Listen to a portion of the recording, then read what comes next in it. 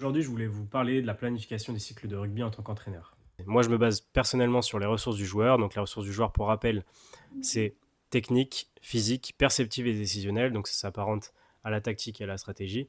Et enfin, sur l'affectif, donc sur tout ce qui est mental. Autour de ces ressources, je vais construire de microcycles. Je vais par exemple construire un microcycle autour de la gestion du duel. Dans cette gestion du duel, je vais avoir plusieurs objectifs. Donner un petit exemple, ça peut être capable d'avancer, de défier et de mettre de l'incertitude. Deux comportements attendus pour cet objectif-là, par exemple ballon à deux mains, changement de vitesse et changement de direction. Et enfin, utilisation du bras libre et avoir un train moteur quand on est au contact. Beaucoup d'entraîneurs vont planifier des cycles de rugby, par exemple un cycle offensif sur 4, 5, voire 6 semaines.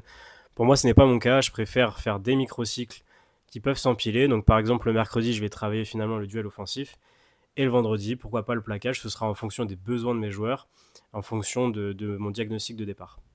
J'évite de planifier sur beaucoup trop de semaines à l'avance. Je ne sais pas comment vont réagir mes joueurs. Je ne sais pas comment, à la manière dont ils vont évoluer. Peut-être que finalement, ils vont atteindre les objectifs beaucoup plus rapidement que prévu, ou peut-être pas. Apprendre aussi vos contextes d'entraînement. Je vais vous donner le mien. Le mercredi, j'ai 1h30 d'entraînement, alors que le vendredi, j'ai 1h45. Et en général, le vendredi, j'ai un peu plus de joueurs. Donc le mercredi, je vais avoir une intensité très élevée.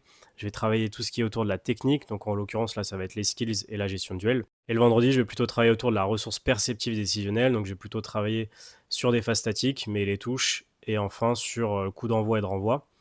Et sur tout ce qui est relance de jeu. Pour finir, quelques petits conseils. Priorisez. N'ayez pas 40 objectifs, 40 comportements attendus, sinon on s'y perd. Je vous montre ce que je faisais avant et résultat, ça ne m'a pas amené à grand chose. J'étais complètement perdu. Donc là, vous pouvez voir le nombre d'objectifs que je m'étais fixé par cycle, le nombre de comportements attendus, et ce qui est vraiment trop énorme, j'étais à la fin perdu, comme je vous l'ai dit.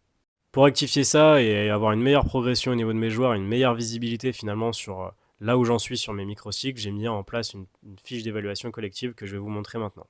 Sur cette fiche-là, on peut voir 3 microcycles, donc une sur la gestion du duel, que je travaille plutôt le mercredi, une sur la cellule de vie du ballon et des repères de jeu, donc par rapport aux relances de jeu que je peux effectuer sur le vendredi.